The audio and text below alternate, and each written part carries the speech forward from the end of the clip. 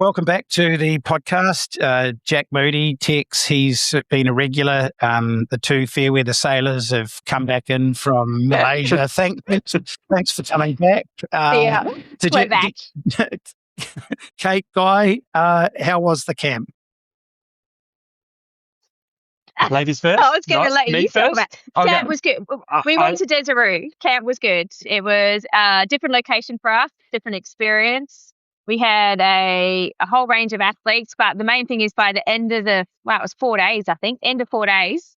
Although a lot of people honestly told us they were not too sure about what to expect. I think they all got a lot of good out of it and a lot of fatigue. Okay. Big in the sort of Singaporean, Malaysian countries, Guy. How did you manage to achieve that?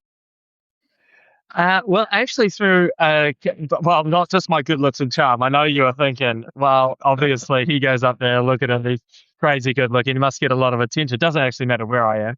No, but I digress.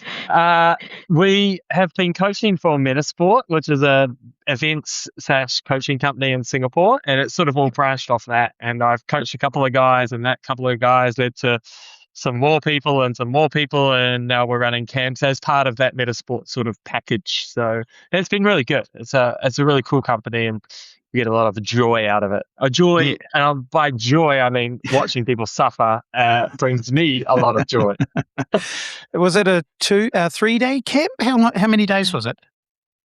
4. It was 4 days.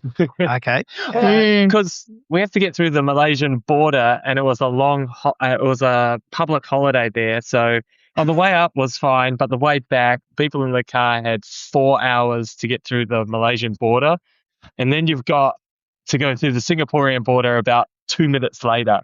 So they got a bit screwed. But we're on a bus, so we're like through in like maybe an hour and a half. It was I saw a photo. I think I saw a photo that you guys put up where you were sat right at the back of some horrendous queue of traffic as you were heading to the border. That would I would think the camp would be awesome, but the logistics that's obviously something that you have to deal with when you're over there in foreign countries. But it is good that you guys are back. Perth, you're probably not going to be there for long. I'm at the Auckland airport. Tex is at home. We're meeting in the morning and flying out to Cairns, and you guys are leaving Wednesday. Yes. Okay. We're 24 hours after you. So 24 hours, okay. And that's right. You're staying with the cousins, aren't you? Staying with the cousin Daryl. He just moved there. We were like, good work. Thanks, Daryl. We'll be there for a week in June. Fair enough. Let's hope his internet's decent. Let's hope it's better than the third world that is Perth, because we've had some difficulties up there. Tex, what is it? Monday evening here. Did you get all your packing done already for Cairns, or you got a little bit left to do? Packing's done. I got to work today, and then to my dismay, I saw that there was a little surprise bike session in there, and I was like, oh, crikey. So left work a little bit early and cracked that out, and then now I've got a few little bits to pack and just make sure I've got everything. It's kind of, I don't know, it's always a little bit overwhelming making sure you've got everything when you're getting away for an Ironman, especially when you're flying. Like in New Zealand, like all the ones we've done this year, when you're driving, you just throw everything at the car and it all kind of sticks. Whereas now it's like 2 bags of 23 kilos and make sure I've got everything. Yeah. Actually, I reckon that would be a meme. Don't you reckon it would be a meme? The difference with what you take to a race that you can drive to versus the one that you can fly to. I reckon it'd be like 75% difference in terms of what you throw in the back of the car versus what you end up living out of a suitcase. And when you go, the stuff you take in the car is absolutely redundant. You go through the garage and you're like, yes, I will need that steel tire lever changer just in case. And then all of a sudden you travel overseas and you're like there with no tools, no nothing, bike, and that's just about it. So it's a bit of an exercise. I would say a checklist, and I mean I used to send this out to people. The checklist I had for a race at home was ridiculous in terms of the things that it had on it compared to the one that I would travel overseas with. So I would say that's probably taken up most of your afternoon texts. No, I got a lot done in the weekend, and I now have a checklist. Sort of, I probably should have had one for years, and it wasn't until my neighbour who had one for like marathoning, and he was like real particular. He was like, actually, I should just do this. It's going to make my life so much easier. And so, like within the last year, I've sort of refined something that's like a bit better. And then you add the little. Like I know I've got to get some travel insurance tonight and a few other little bits and bobs like that, which will be the last minute jobs. Yeah. 12 pairs of goggles. We're definitely guilty of that. Way too much in the car. And then if it's in the car and we've got athletes racing, we were like, oh, this person might want this, or this person, we could help out with this, or maybe we should do too much. Way too 8 much. wetsuits. 5 helmets. I actually remember when you guys did, was it Shepparton, or what was the last race that you drove to or the first race where you ran an expo from? Because I think we were due to podcast or something, and it was Busso. Guy sent a photo. Sent a photo from. Oh, sorry, that's right. Where you got top 5 in the Australian. We should probably dive into this again. I mean, but the car was absolutely jam packed. There wasn't anywhere else that you could fit anything into. Actually, let's just circle back a bit to that Australian long distance triathlon championships. What I want to ask you there, Guy, were you drug tested? I knew you were going to say that. I mean, I probably should have been. I'm 46-year-old. And they did have drug testing, though. The answer is drug testing was there. Okay, drug testing was there. Were you tested? No, I was not. I wasn't tested. I think it was Nick Thompson and Matt Burton were tested, right? Is it? I think so, yeah. All right. But they're the only two I know of.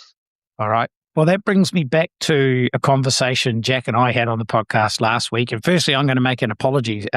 Jack and I went and used the services of the Aero app, which we talked about a couple of weeks ago on the podcast. And we said we were going to tell people more about it this week, but we're going to push that for a couple of weeks. So stay tuned, people. We do know a lot more about how that app actually operates. But one of the things that we did talk about last week, which I want to circle back to, is drugs in sport. And you guys weren't on the podcast last week, but we'd had the enhanced games, the fast that was the enhanced games. And I actually had, after the podcast, was surprised at how many people either messaged us from the podcast or messaged me directly or onto the podcast page and so forth, with lots of different points and questions that they actually raised about that. Because we hadn't spoken to you guys about it, I wanted to get your take on what you thought the position was, not for the elite side of the sport, but maybe for the age group side of the sport. Here in New Zealand, we actually think that we are the cleanest, greenest country on earth. Wouldn't even know where to get it if we wanted to get it. But the general point that we raised last week is that we're just living under a rock. And Tex is in the process of updating his whereabouts literally tonight. He has to do another 3 months of telling people where he's going to be. He only got tested last week. And Kate, you've been on whereabouts before in your professional history. When you weren't on whereabouts, how many times did you get out of competition tested?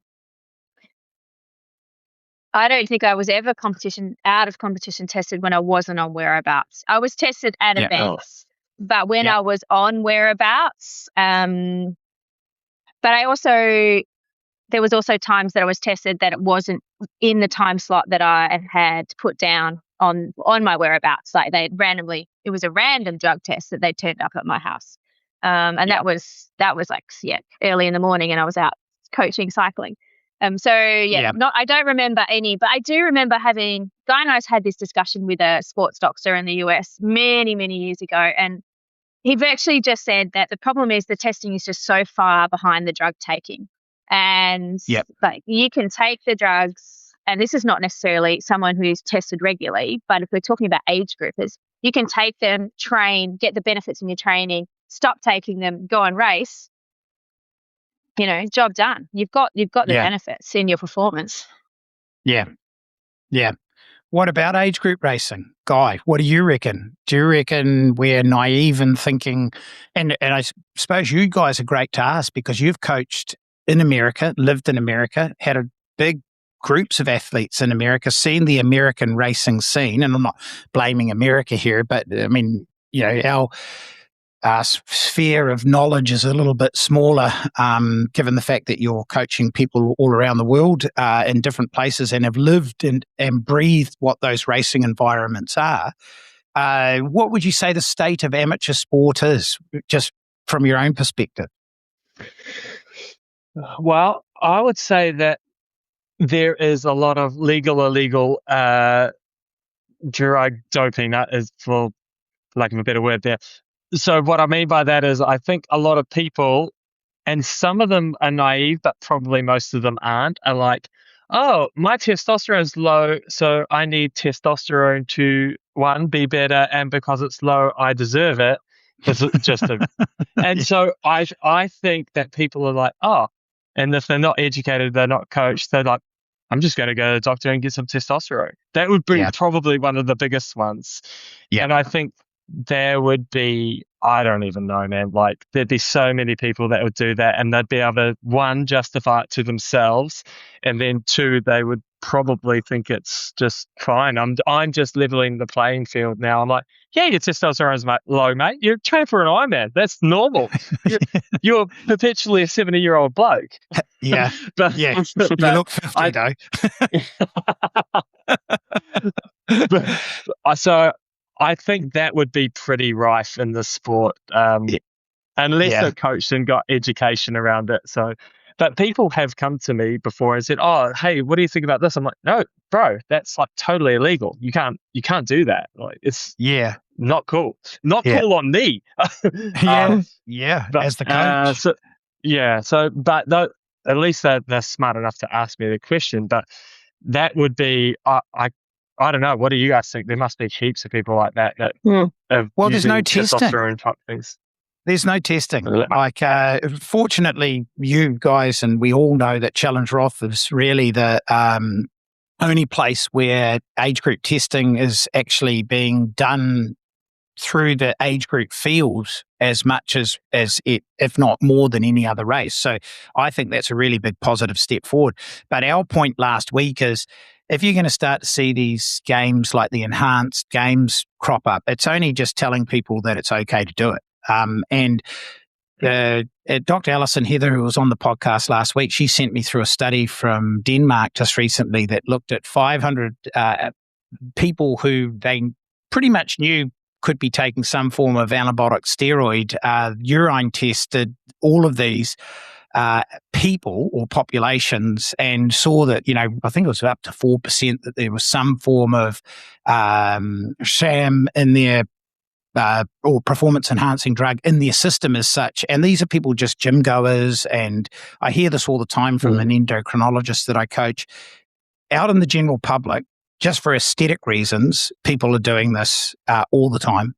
The enhanced games is going to change that as well, because it's going to make people think that it's okay. But then, say, for example, My Whoosh, who runs the indoor cycling platform, in May announced that of the 700 people who regularly compete in their races that actually have prize money, and I know an athlete who won $3,000 USD in the months of February and March this year, just racing as an amateur, who got alerted to the fact that they've now created a testing pool.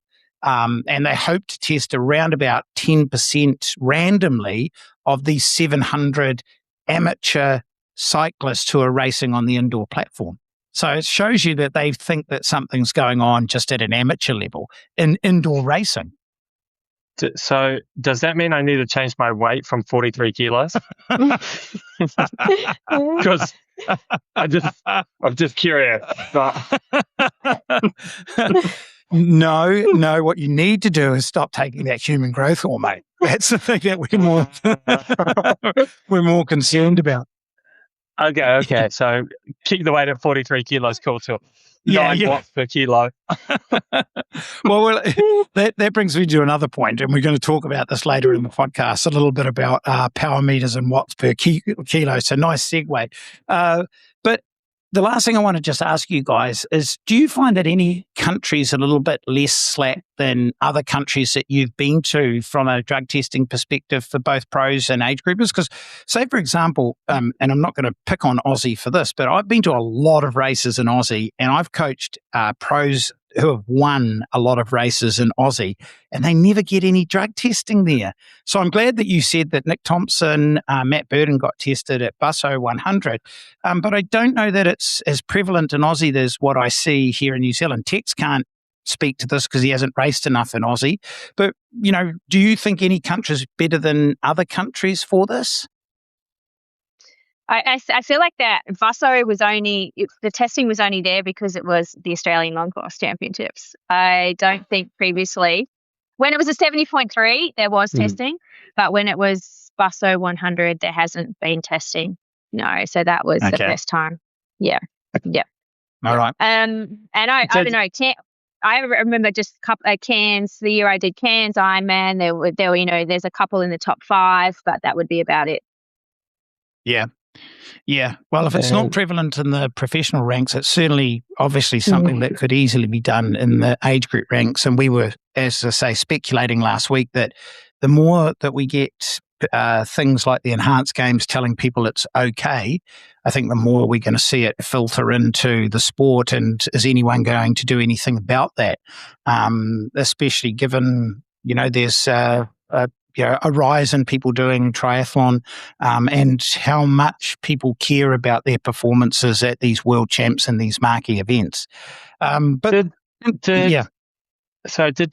Tex, did you get tested much this season?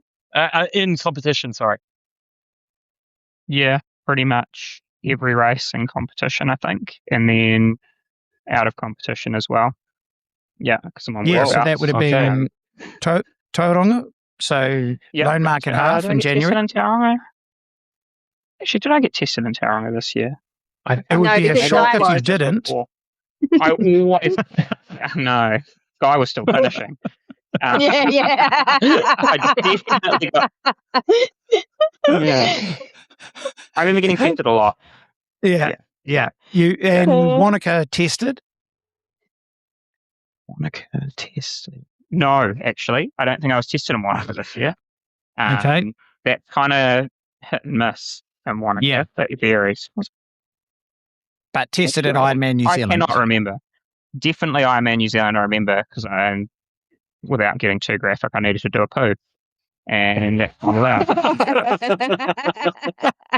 Oh, so they could have checked on your bowel health at the same time. They could have done a bowel screen paperwork, and then I was allowed to leave. And I was like, wow, I've only gone for like 8 hours, but yeah. All right. Well, look, we did get a lot of people messaging us, so I certainly wanted to just find out what you guys thought about that situation at the moment in the sport. But let's move on and talk about something that's a little bit more interesting and hopefully not something that we have to discuss too often in the future. A lot of racing over the weekend. Obviously, the T100 and Ironman Hamburg being the two key events. One, obviously, the male only in San Francisco, and then female only pro series race in Hamburg. I'm not going to say that I was, burning desire to sit down and watch the T100. I don't know why. I was probably more interested to see how Ironman Hamburg unfolded. And I did watch the highlights at the T100. So it looked like just the Rico Bogan show without Hayden Wild being healthy. And a few new names, Priester finishing really well. They're questioning whether he's going to be, somebody who could be really competitive for 70.3 world. But I didn't follow it closely enough. So I'm going to rely on Tex here because I didn't give him the responsibility of covering off the T100. But what do you reckon of the race results? Wow, I reckon I watched the same highlight package. I'd see how it unfolded, and I had tracked along and gone through this. Like, I did do a bit of a dive into it for sure, and I've listened to various other sort of commentary around it, and then watched the highlights. I mean, you're right. It was definitely a Rico show, and I think Rico would have been hard to beat. I think even with a fit Hayden, like, he was so dominant on that sort of bike course, and I think as well that style of bike course doesn't lend to like the super aerodynamic riders, and we know how slippery and how sort of disciplined someone like Hayden is. Will Draper's another classic that's really dialed. Like, they don't need to produce crazy bike power to get a really fast bike split, and I think that's kind of the differentiating factor for something in San Fran. And then without, I don't know, maybe we're biased as Kiwis and we'd say, oh, Hayden was super sick, but maybe that was just what he had on the day, and it was obviously pretty rough. Like, it's cold there. Yeah. You don't start the day particularly warm. You saw everyone sort of trying to get their wetsuits off, and it was a bit of a shambles because they were just freezing cold, but still interesting enough to watch, I think. And that Lassie Presner, I think he's been promising for, like, I've seen his name floating around, and so he's quality, and it's just another German superstar. Like, Germany as a country is just so strong, especially once they move into that middle distance sort of foray and up into the Ironman. Like, he'll definitely be a name that we'll see win some 70.3s, and you're right, definitely a potential threat come, I don't know what he climbs like. That'll be the big differentiating factor at Nice. And we haven't been told 2027 worlds for 70.3, have we? Not yet. No. It seems to be a big speculation. He could be a threat. Yeah. I think that's a big topic of conversation at the moment. No one seems to know where 2027 Worlds is going to be. Yeah. Did you guys tune into the T100? Yeah, Topor. Yeah, that could be the place to go. Did you guys get to tune in? What do you think, Ty? Yeah, actually, I watched the entire thing. Wow. Good on you. Well, nerd. I'm going to, I was a bit of I did nerd out a little bit here. I watched the entire thing, but I also got to the bike, and after 2 laps, I was like, because I watched it just behind the live stream, so I was like, fast forward 10 seconds, just skipping. I was like, okay, his lead's going out. So I sort of watched the bike and slight fast forward because I was like, oh man, what's there? This isn't that interesting. The interesting part was watching Hayden sort of go forward and then backwards. I was like, oh, he's going to ride himself into this race up to the front. And it just didn't eventuate. He had a minute deficit out of the water. So that was interesting. There were 2 packs. Usually there's like one big pack, or typically has been, but that cold water, even though it's a downstream swim, so to speak, there was still separation. But 13-degree water probably doesn't suit him too well. No. He like Singapore 31 degrees. He looked like he was having difficulty getting out of his wetsuit. It looked like he was pale and he looked weak, and I thought the challenge of getting out of the wetsuit was the hardest thing he encountered the entire day. 13-degree temperatures certainly don't lend itself to whipping the wetsuit off the bottom of the legs. What I did notice, he was wearing socks, I think, as well, already. His cycling socks already under his booties swimming. Under his booties, yeah. Oh. Yeah, I think so. Okay, well spotted. Guys, you're like the wetsuit nerd. Yeah. Those orca suits are thinner than other wetsuits, aren't they? The orca suits? Like the ones that Hayden wears? His one's quite thin compared to, like, because I was in Rico in like the bigger De Boer, like the thermal one, which would have helped.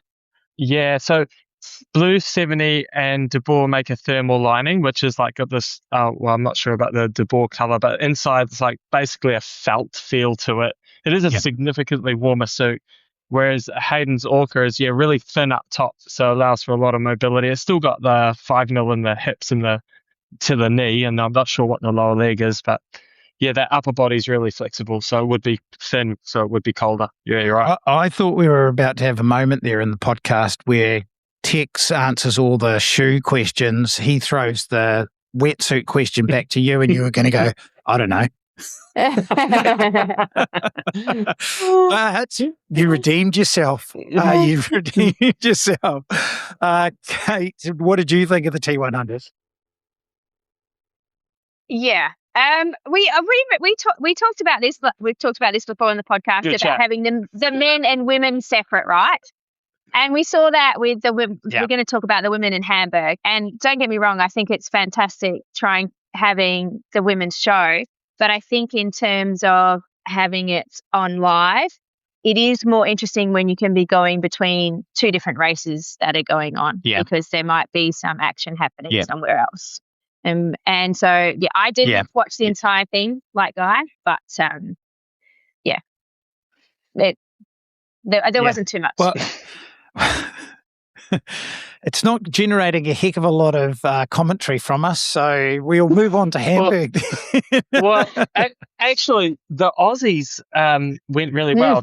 McDonald, Kurt and McDonald, Jack Whistle. Yeah, those guys raced out of their skin. I don't know if judging by the field, but still, there's probably similar field to Singapore. Yeah. And so those guys, I was like, wow, they rode really well on that course, limiting their losses to, let's say, the Hayden group with Leo Berger. Leo Berger's coming off injuries, said he's done 3 tempo runs, and he's still with. He finished 6th or 7th. So it'd be interesting to see how he progresses through the next, few months. Well, he's been out for a while. Leo Berger's been out for, and do you know the other one that's disappeared? And I'm this is a complete segue, but he's French. Is Clément Mignon, Marjolaine Pierre's partner. Yeah. I mean, he was chasing Laidlow up through the hills of Nice only a couple of years ago, and only fading a little bit towards the end, but had a wonderful world champs. Nobody even talks about Clément Mignon and where has he gone. So that's when I always think about the French athletes. When athletes disappear for so long, those injuries must be quite major, because Leo Berger has been off for a long time, given the fact that didn't he sign one of the big contracts with the T100 last year as he was moving into middle distance racing? And we've not really seen him at all across both short and middle distance racing. So he got a penalty as well, so that sort of put paid to his chances a little bit there. But it is good to see him back, because he certainly was someone that's going to be competitive across that middle distance racing when he can get healthy, and that's probably the greatest difficulty here, is remaining healthy enough to race consistently. Anything else from the T100 then, team, before we move on? The product that we're selling to the masses that's going to save triathlon. Did we find anything else? Sorry, I didn't say that. I only said that because Tex was meant to be paid by the end of May, and he checked his bank account last week. Another PTO bank balance account check, please, Tex. Where's that money? He's checking now. He's checking. What? I might just get upset though before I go to Aussie, because Aussie's going to sting me anyway with your bloody exchange rate. Is there money from the T100? From the PTO in your bank account? No, and there's less money than last week. So. Right, so negative $3,412. Yeah. Actually, someone said to me that the money in the My Whoosh racing for these amateur athletes that anyone can sign up to equates to about $5 million a year is available to these age group races. And the person who I coach who raced turned around and said, it's as good as maybe the PTO. And I said, well, no, it's way better than the PTO because they don't actually pay their prize money. So it's a great model. Wow. It's lucky I weigh 43 kilos. There's some money making to be had here. There is. You've missed an opportunity. Get off the Zwift platform onto My Whoosh Racing. Okay. IRONMAN Hamburg. I had Solveig for the win. It was I thought quite an interesting race at times.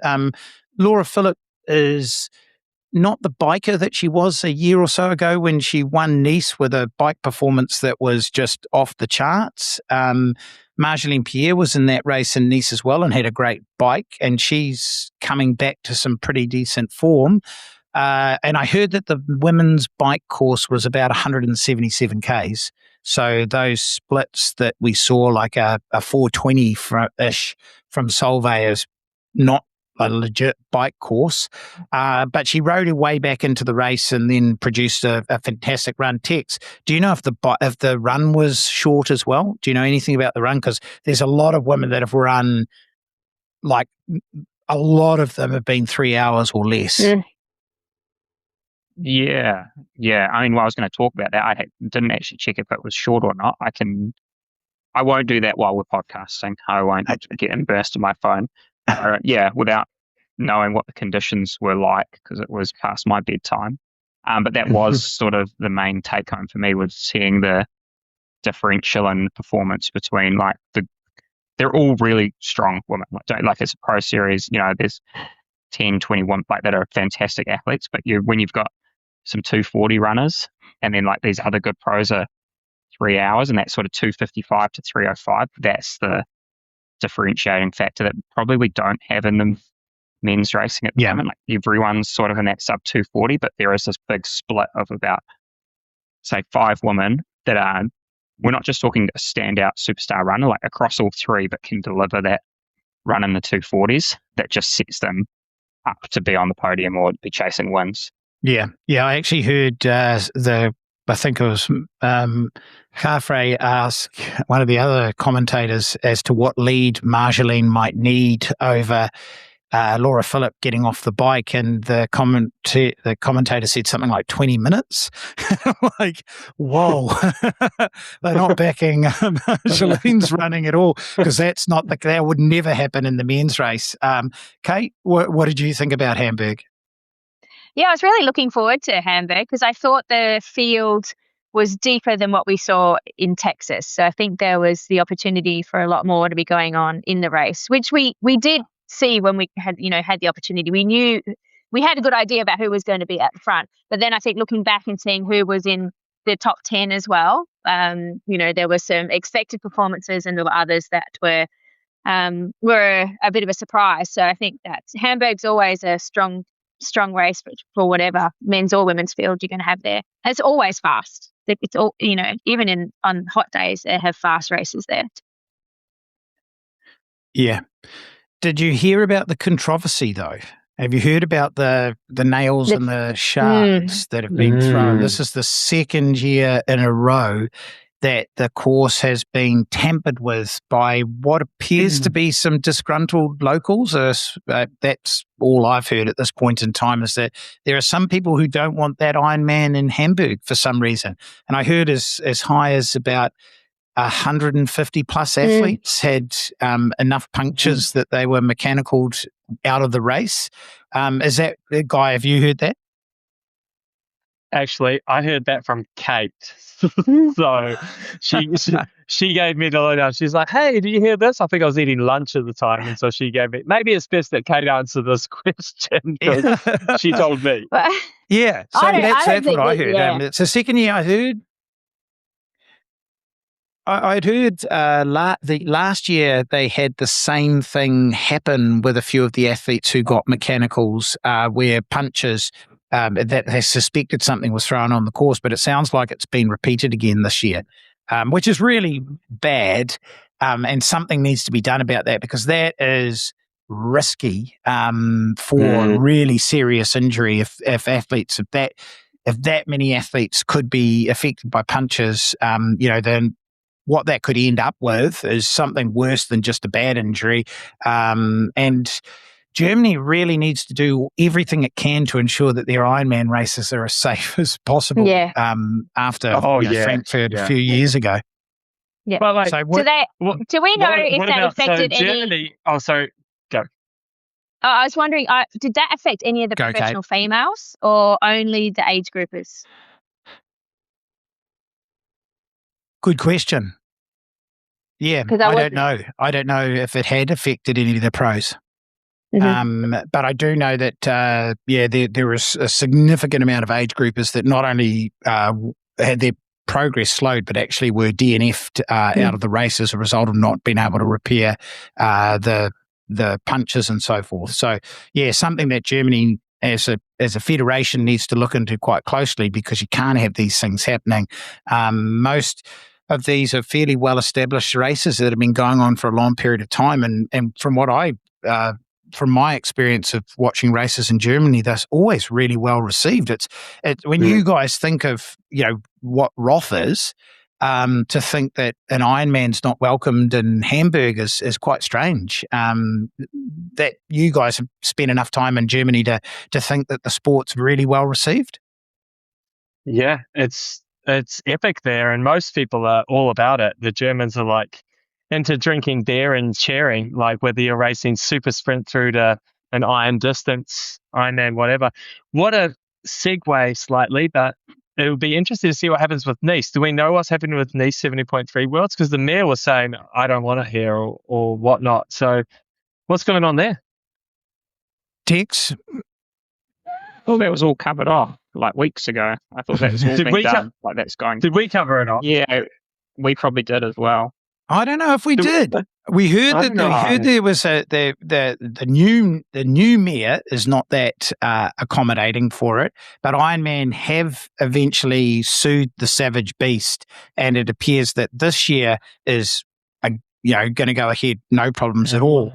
But then I don't know why we don't have next year's 70.3 announced at the moment, because we've got a lot of people who are qualifying for a race which they don't really know where they're going to.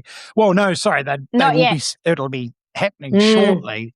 Yeah, it'll be happening shortly. Next month, I think it is. So, yeah.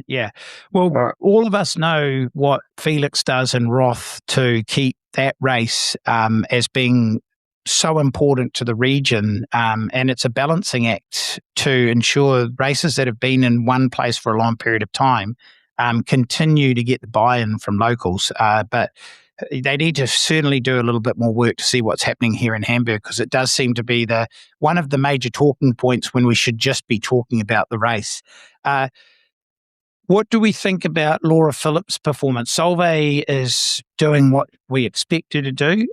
Kate, Laura Philipp, is she someone that you still see as a potential contender going into Kona?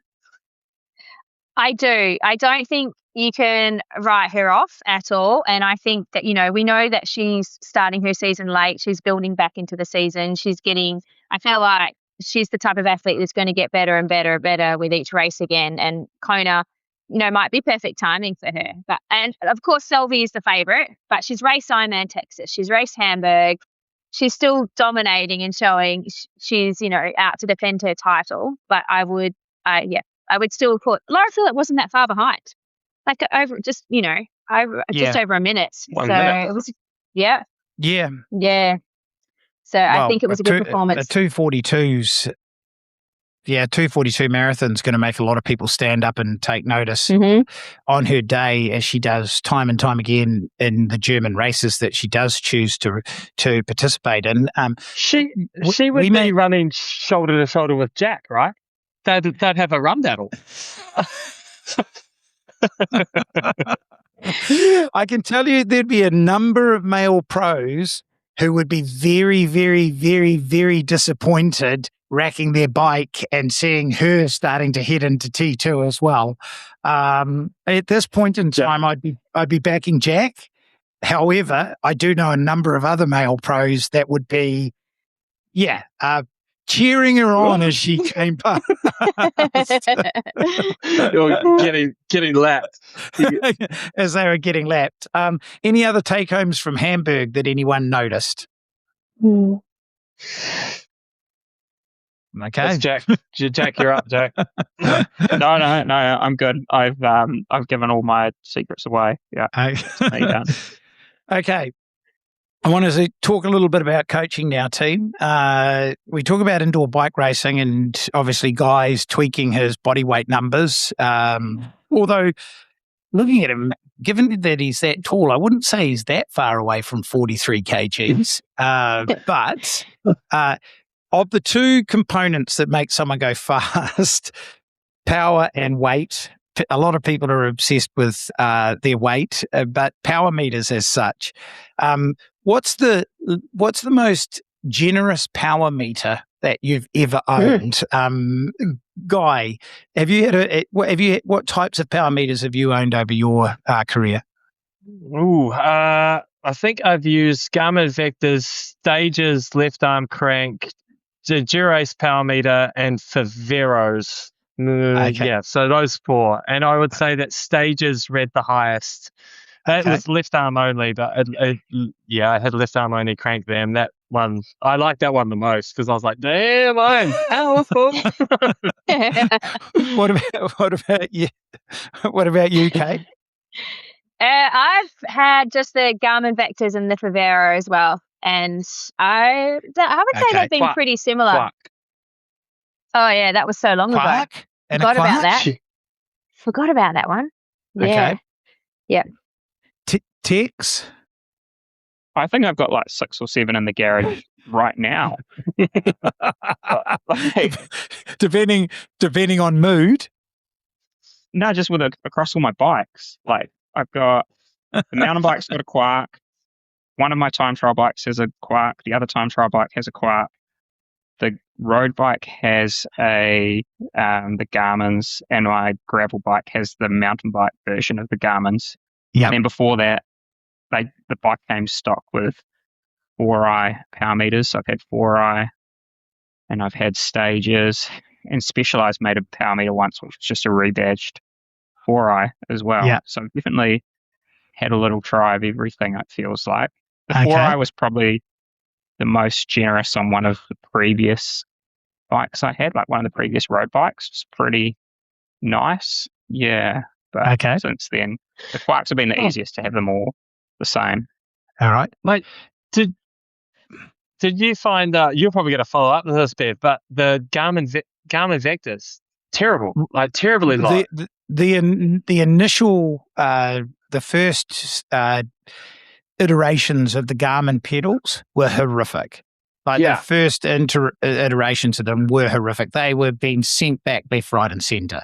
I do know in the time that I think, Jack, you've had the Garmin pedals since they recognised how bad they were, went back to the drawing board and started again, and they're a little bit better than that. But of the pedal-based systems, the Asiomas seem to be the ones that most people favour. One of the things that we'll chat about is that you really don't have to do a zero offset to make sure that they always read consistently with those either. But I think Garmin has caught up a little bit with that. Tex, do you know much about that? Yeah, the last, I think there's even a rechargeable one that's out now, but the previous ones I've got, they've got like a metal housing, and like the mountain bike pedal, like that mountain bike cleat one. Yeah. They are so strong. Like I used to have them on a previous mountain bike before they went on a gravel bike, and I've hit rocks like at a rate of knots, and I'm like, surely this pedal's going to explode, and it's still rock solid. Yeah. And like still reads like ride through creeks, rivers, you name it, and still sweet as. The battery life's not great compared to like a Quark, where you know you're going to probably get 200 hours. They're more like 50 hours maybe of riding, which is always a bit of a pain because it's a weird battery. It's like the hearing aid battery. Yeah. That's the only bugbear, but they are sweet as. Like they're definitely having gone from the Vector 2s, 3s, and now what are they, the RS 200s and RK 200s or whatever. Definitely year on year getting better.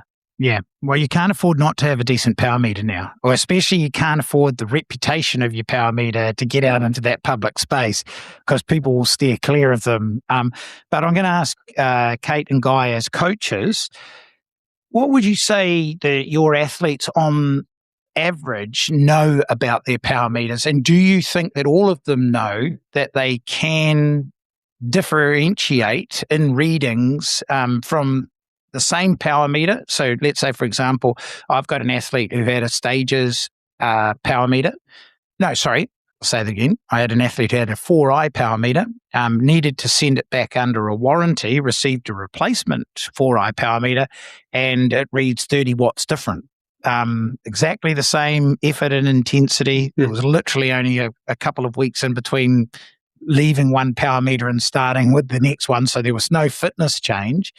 But it's very common, not just within the power meters themselves, but also different power meters are positioned at different points on the bike. Way back in the day, we used to have Power Tap, which was in the rear hub of the rear wheel. And then we had SRMs that were down in the crank set. We've had pedal-based ones. We've had a whole host of different power meters over the years, and all of them are positioned differently on the bike. So they measure the cadence and also the pressure on the pedal to develop and make a calculation as to what power is being produced. But can be a huge variation from power meter to power meter. Kate, do a lot of your athletes ride with power? If I can get them to do that, yes, and a lot of them do. I think having power on the bike is just the best number to be working with above anything else if we can. And so most of them do, but it's very hard to have them understand that it's just about their number, particularly because it's just out, Strava, talking on podcasts, comparing power, what this athlete had, what this athlete held. And then they don't even take into consideration, obviously, it's, power to weight for the first place, but then all these other things that you've mentioned about not just the power meter, but crank length, like all that sort of stuff affects the power. Yep. And so they're like, I'm only holding 160, they're holding 200. It is very difficult mentally to have them be like, this is just your number. And that's all. And I think also with the changes in aerodynamics right now, I feel like if you get that right too, sometimes your power numbers will come down because you've become more efficient. So this is not necessarily, a bad thing. Yeah.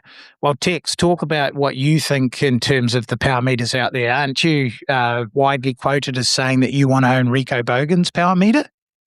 No, I want Rico's legs. I don't want his power meter. It was Matthias Margines. He was the one that we used to always post it, and it's like, and he's powerful. Like, let's not ever take away for the fact that he is a rock star on the bike, but when he's quoting up, he's got some Garmin pedals, and it's like 390 or something. You're like, oh, thank you very much, sir. But you see it all the time. Like, everyone's got the guys that have the best power meters are always the ones posting it on Instagram, Strava. And is it one of your training partners, Guy? As you say, grain of salt.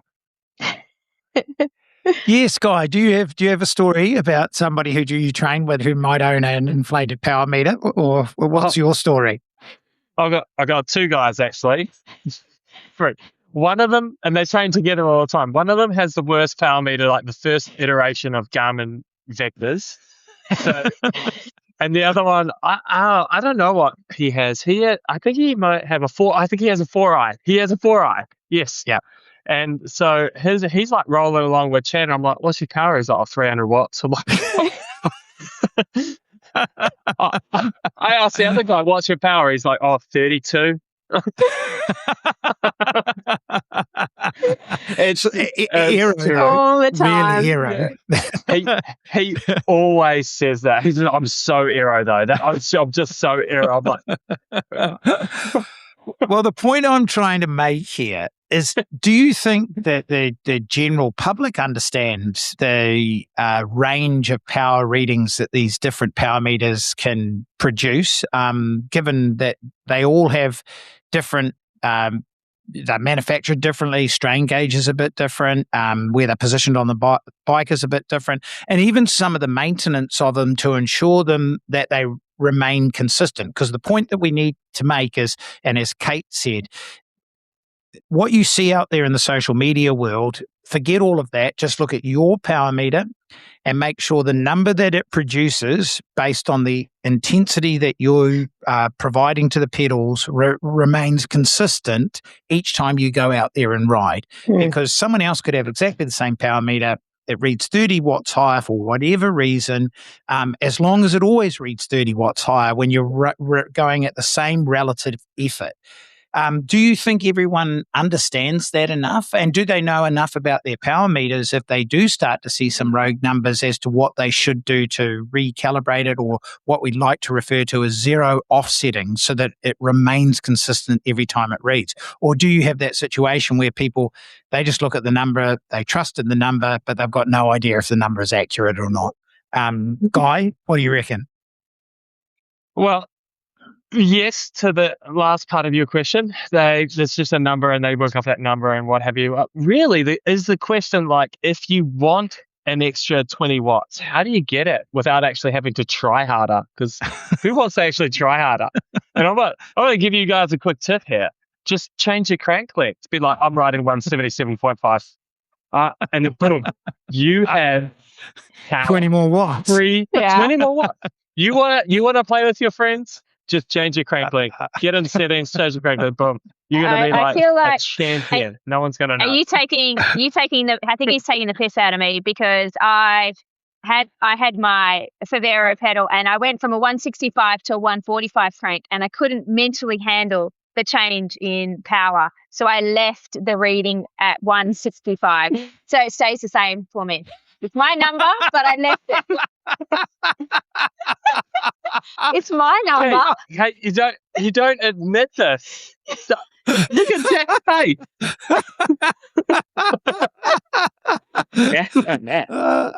Fair enough. I thought we were talking to the wider podcast listenership. No. I didn't realize we were talking directly to one of the coaches, but people do live and die by that. Written with a vivid on a blank screen, a number like this. Yeah, just write 300 on your head unit in the little area, where power is normally meant to be. But it's a relevant point, because everybody who doesn't understand that power meters are different, and therefore their athletic identity is expressed in raw power. Like, everyone wants to hear a higher number as such, but that does touch on a point that people just don't understand power enough, because you mentioned as well, isn't it ultimately not about trying to expend more energy to go faster? If you can get more aerodynamic and produce less power, and go as quick, if not quicker, then that's the ultimate goal as such. But I think outside of removing your ego from that power number, I do think that there are some basic sort of maintenance tips that a lot of people aren't aware of. You've actually touched on a couple of those immediately. As some people don't even know that crank length needs to be set when they buy these power meters to ensure that you get an accurate reading.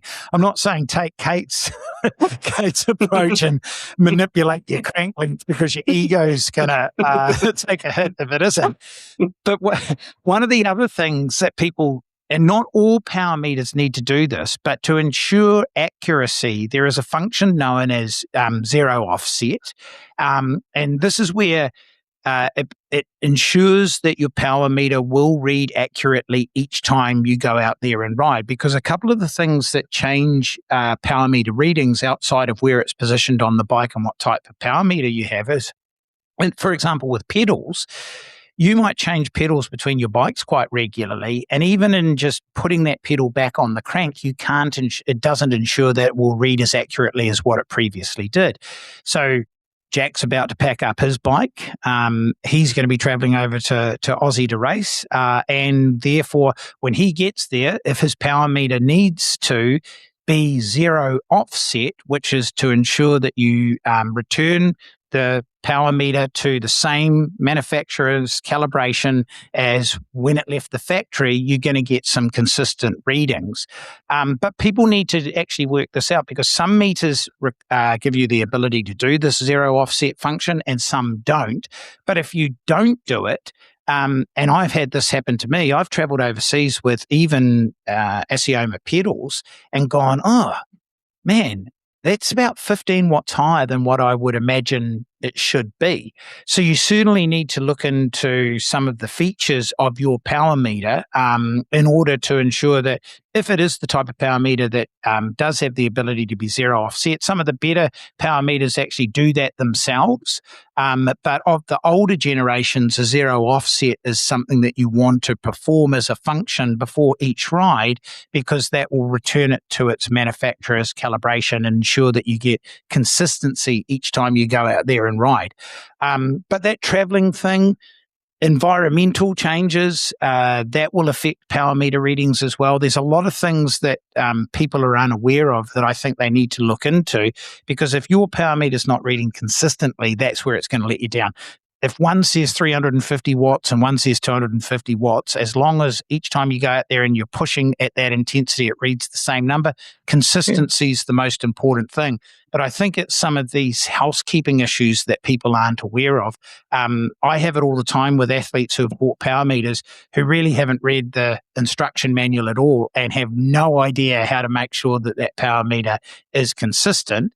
And so that leads on to another conversation is, how many people use their indoor trainer power and also their bike power and don't know which one to follow when in their training program you've only got one set of training zones set up, and your indoor power meter on your smart trainer could read quite differently to your bike power meter.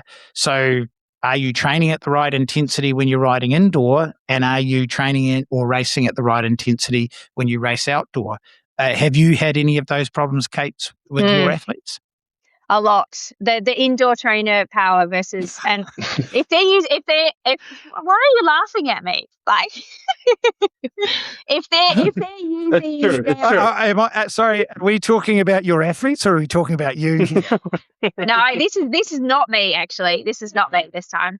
If they are using their outside bike, their normal bike, they have one TT bike with one power meter and they're putting it on the trainer, then I tell them to use their power meter from their bike. That's it. Use that power meter. Yeah. Don't use the power from the trainer. And then you've got more chance of consistency. So that's the number one thing. Yep. If, unless they're doing, sometimes people have a trainer bike set up and an outdoor bike, then we have to have two different numbers. Yep. If they can stick to the one power meter, and then we eliminate some of those factors. Perfect. Great answer. Tex, are you more or less powerful indoors than outdoors? Do you notice a difference in your power production indoors than what you do outdoors? You may not, but I can tell you that the scientific research does say that most athletes are different in terms of their power production indoors to out. Do you think you're different? Yeah, I mean, like first point, like with all this chat about power meters, like I've always kind of quantified mine that the power meter needs to be within Kiwi of what my smart trainer has anyway. Yep. So like as long as it's within that sort of like 10 watt window, then that sort of 1% or 2% either way will kind of overlap, and then I kind of know they're either both really shit or the window. Yeah. But then it's like, I know I ride so much indoors now from a time efficiency thing. I think it's probably much of a muchness. I think if you wanted me to produce big power, like the session you gave me today, which sucks, like that would have been better off outside. Like anything VO2, I'm going to be able to generate just because I'll use gradient to my advantage. And I'd probably ride like a runner, so I'd probably get out of the saddle and generate more power out of the saddle and kind of ride like a runner. But otherwise, steady state time trialing, I don't think there'd be much in it other than boredom. It's that sort of saddle fatigue of indoor riding, like we did 40 minutes on, so what was it, Friday? And like that kind of sucks compared to being on the road. But sitting on 450 watts is not, that's going to tickle after 40 minutes though, isn't it? Yeah, and that was only one side. Then we finished the drills. Yeah. Then we moved into that main pit. Yeah. part of the warm up. Generous. Yeah. Guy, what about you? Indoor training versus outdoor riding. Do you think there's a difference in how you produce power? Me personally, I am so soft. I cannot push any power inside. I'm like the weakest man alive. Well, outside too, but even more so inside. I literally get on the bike and I'm like, oh man, 100 watts. I'm like, I'm gonna bonk. I'm flying up. I can't pedal my legs. I'm like at 30 cadence. I'm like, oh look, there's a duck in the pool. Oh man, I wonder what the weather's like outside. What are they doing in Croatia right now? Like, surely it's something better than this. Are you not an indoor trainer? You just can't. Yeah. No, I can easy ride inside, and I could probably do some Tabatas, like 40 20s and stuff, like short, sharp stuff. But if you said 20-minute tempo, I'd be like, no, I will blow my brains out right now. I'm not doing it. Interesting. I can't. And what's the longest you've gone inside? What's your longest indoor? Because this is a test of a real man. Oh, I would have done a big sessions before inside, but I just hate it. I would have done 4 hours. For the 90s. Yeah. On your Le Mans. but that does raise a good point, because intensity for you is going to be worse because your RPE is going to be completely miscalibrated based on indoor riding versus outdoor riding, just from the sense of enjoyment as such. So I bet you, like you say, 80% effort on the trainer, and that's sort of tempo / early sweet spot sort of range. You just want to hit the ejector seat and get out, but you'll happily do that out on the road, no problems at all. Mm-hmm. Yeah. It's outside. Okay. I'm like, it doesn't even hurt that bad. I've got outside stimulus, or I listen to music and I can feel the air moving over me, and I just like it. But inside, I'm like, oh, how long's that been? It's been 18 seconds. You have, you have 1942 left. Kate, you've not really ever had him tested, have you? Just on the spectrum. That's because he's off it. She knows the results. Because let me tell you, I'm no doctor. but I can confirm. Okay. Jack raises a good point. Now, for some people, however, if they do want to cross-reference their power meters, if they've got a couple of them, or they want to see what their indoor trainer is versus their bike their bike power meter. And Jack's been lucky. His has been pretty close. They've measured quite close, but I've seen a lot of differentials that are just off the charts, 10, 15, 20 watts difference. If people do want to cross-reference one power meter versus another, you can go to the DC Rainmaker Analyzer website. We'll put links to this in our show notes, where you can upload two power files, and then go compare them against each other. And Training Peaks have just announced a new feature within their platform called Workout Comparison. So what you could do is upload your bike power meter via your head unit to, let's say, Training Peaks. You could also maybe ride Training Peaks Virtual and connect your indoor trainer to that platform. Upload that file as well, and then you can go into Workout Comparison, overlay those two files, and you can see what the true differential is. You can also do the same thing if you're not using Training Peaks, using the DC Rainmaker Analyzer function, which does exactly the same thing. And he developed that platform a few years ago for this specific reason. If people had variation between power meters and wanted to know what that variation was, then they could go off and compare files, because sometimes power meters deviate even more as the power increases as well. We've seen quite close calibrations at low intensity, but the moment the power starts to increase, we've seen that separation actually be more dramatic. So that's important to find out as well. But I just did. He does that a lot, on the sprint intervals. Yes. I've read a lot of the reviews where is it the pedals or the crank? One of them is the latency. It's like that delay, and then and then it will overspike it by 100 watts or something. And obviously for indoor racing, that's quite a hot topic, and that's why that validation method exists. Because otherwise, you're going by a Wahoo trainer and a 4i power meter, and you'll win, and you'll win 43 kilos. 43 kilos and manipulate your crank length. Like if you're not winning races, if you're not winning the races by the end of that, then you wasted your time. I don't know what they do in Perth. I don't know what they do in Perth, Tex, but it ain't what we do here in New Zealand. It'll be super depressing, right? I'll enter one of those. 43 kilos, 190 mil crank length. Where'd you come? 812. There were only 800 people in it. I got laughed a few times. Let's just say if you do join the My Whoosh Racing and they're looking for 10% of those 700 athletes, you are not going to be the top of the list that they're going to be looking for. But it was a valuable conversation to have around power meters. As I say, I had an athlete do a 20-minute test just recently, and she's only just started with me. And I went back through her historical data, where she was one of these athletes who is really keen to do FTP testing all the time, which is just madness, because typical, say, a 20-minute effort maximally indoors, that's one of the most painful. I can tell you some stories when Tex was learning how to do those 20-minute TTs and would badly mispace the first 5 minutes. You could be 3 floors above him in a hotel somewhere, and you could hear him die weeping based on the breathing. But I went and had a look at she had pedal-based power meters, Garmin, She had the 4i cranks. She'd done, let's say, 3 or 4 20-minute tests over the course of her training before she started working with me.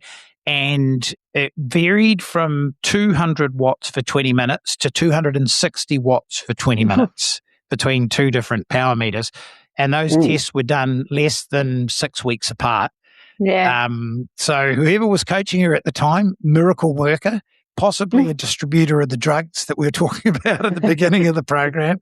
But it just illustrated that the power meters could be that different. And she was oblivious to this. So she was going to go out there and try another test starting at 260, where the power meter was only going to read 200. You know where that kind of test is going to end up. It's only going to be about 3 minutes and you've hit the ejector seat. So valuable for those. Yep. Imagine doing that for your first Ironman. You've ridden inside and you get on the bike. You're like, oh, well, steady state is like 230. 40k in, you're bleeding out your eyes. You're like, why can't I see? I'm like, you either have Ebola or you've gone too hard. One of the two. Well, that's as we mentioned before about the crank length, talking the athlete down off the roof when they're prepared to jump, when you have to tell them that their new power meters got your FDP at 180 watts when it was previously 240 is a very, very difficult conversation to have with a new athlete. Where you're trying to make sure that they're not blaming you for the FTP.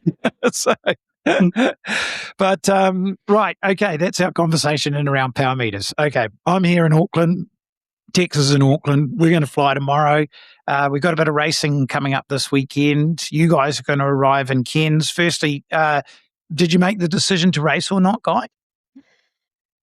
I'm still on the fence. I might just jump in. I'm sure I'm made by mine. No, like, come on. Based on all the work you do for those challenge races, you'd be first cab off the rank. That I reckon you just basically click a finger, and I know a few people at Ironman. I'm sure I could get you a late entry. So that's a no, is it? Yeah, no. I'll if I'm swimming, it's in the Crocodile Park because I'm sure that's where they'll send me. No, that's a no. I'm not racing.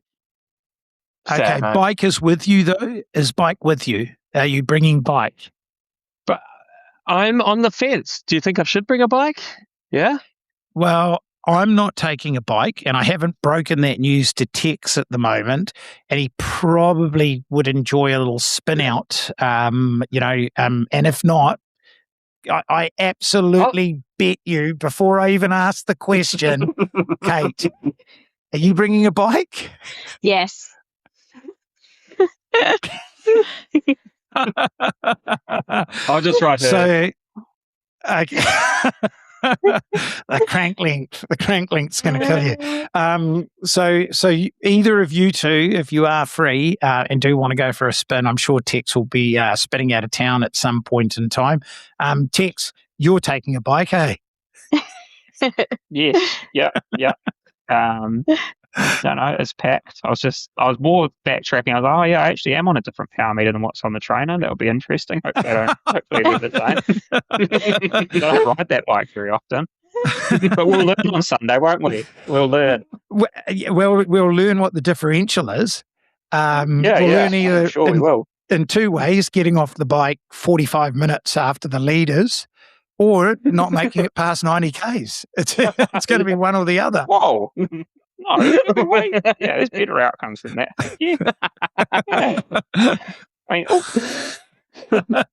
Okay, so it's a bit late for us to go to Training Peaks and do that workout comparison, unless you'd like to repeat the 5x3 minute VO2 effort you did today just for quantification purposes, just before we leave. Do 2 sets of that tonight. I have got 30 minutes of that mix that I was listening to left, but I'll have that in solitude without having to ride my bike. So that'll be a preferable option then. Okay. All right. Yeah. Well, we'll just do what we normally do. We'll just wing it. We'll wing it on race day. So, Kate. Yes, Guy. Yes, Guy. This afternoon's session is 5x3 minutes, VO2. What was the rest, actually? What rest should we have? Bev, what was the rest? Actually, they're a horrible way to do it, Guy. You'll like these ones. They're a fast start. So it's like misjudging a 3-minute effort. Yeah. And so you go out hard for a minute. Yeah. And then you come down and settle for the last 2. Yeah. Have you this is a question for another week about VO2 intervals, and you mentioned Tabata, which are micro 40, intervals 20s. on, off. Yeah. It could be 30 seconds on, 20 seconds off, 15 seconds off, 40 seconds on, 20 seconds. There's a whole different variety of those. But we use a fast start interval for Tex because he has slower VO2 kinetics. So what I mean by that is it takes him longer to get to VO2. So the way that we accelerate that is by driving a higher percentage of his VO2 for the first minute of a 3-minute interval, and then we settle back down. Can't remember if we settle down to around about FTP after the first minute's at about 130% of FTP. It's pretty solid start. It's a fast start technique that helps some of these people with big engines to get to VO2 a little bit quicker. Have you guys done anything like that before? We do have a set where we have that set where we do that micro where we actually do 30 seconds hard and then settle into 2 minutes at a set power, and then 30 seconds hard, 2 minutes, and then rest. So it's a 5-minute interval, but with 2 spikes coming back down. So lots of different variations. Nice. Yes. Yeah. But okay. Well, I'll send it through to you, Guy, obviously, because obviously you're looking to emulate Tex on the bike. So I'll get that session through to you. Not one that you want to repeat too often. Certainly quite spicy, but I won't get Tex to repeat it again tonight just before we go into race day. Well, my race is on now. Yeah, please do. My race is on Thursday when I go for a ride with Tex. Perfect. So he's taking his bike. Right. Okay, we've sorted that out, team. So on that note, I'll let Tex get the rest of his packing done. You guys have obviously got some training to do. Hopefully the storm's not too bad. You can leave Perth okay. And we'll catch up with you guys when we touch base in Cairns. So safe travels. And we will talk with you guys in Cairns and catch up for the podcast next week. See you later. bye. See ya.